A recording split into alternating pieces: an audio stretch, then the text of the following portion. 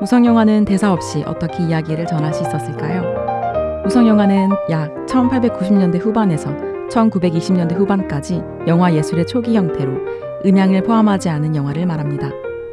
이 시기의 영화는 주로 짧은 길이의 단편 영화로 일상생활이나 간단한 이야기를 다루었습니다.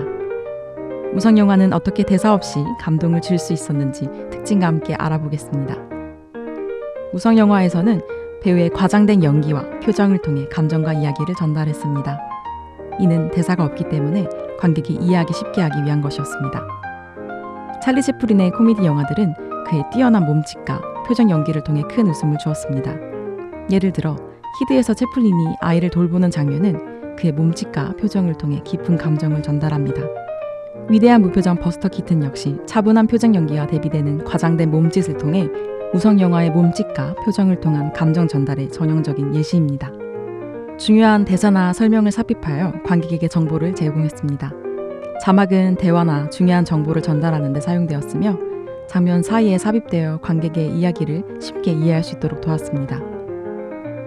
영화 상영 중 라이브 음악 연주를 통해 분위기를 조성했습니다. 당시 영화관에서는 피아노 연주자나 작은 밴드가 라이브로 음악을 연주하여 장면의 분위기를 더욱 풍부하게 만들었습니다. 감독들은 시각적 스토리텔링에 많은 중점을 두었으며 장면 구성과 미장센, 화면 구도, 조명, 의상 등을 통해 이야기를 효과적으로 전달했습니다. 1890년대 후반에서 1920년대 후반까지 무성영화는 엄청난 인기를 끌었으며 영화의 길이와 복잡성이 증가했습니다. 이 기간 동안 영화는 내러티브와 시각적 스토리텔링이 발전하며 대중문화의 중요한 부분으로 자리 잡기 시작했습니다. 1927년 재즈싱어라는 영화가 최초의 유성영화로 등장하면서 무성영화 시대는 서서히 막을 내리게 되었습니다.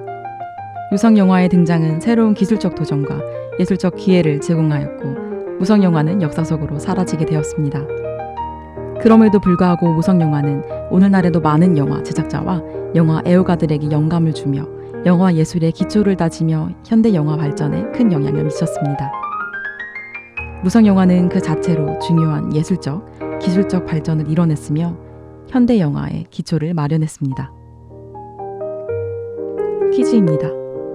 무성영화에서 대사 없이 감동을 줄 수 있는 방법은 무엇이었나요? 오늘도 함께 해주셔서 감사합니다. 더 와이드샷이었습니다. 다음 시간은 무성영화의 주요 작품입니다.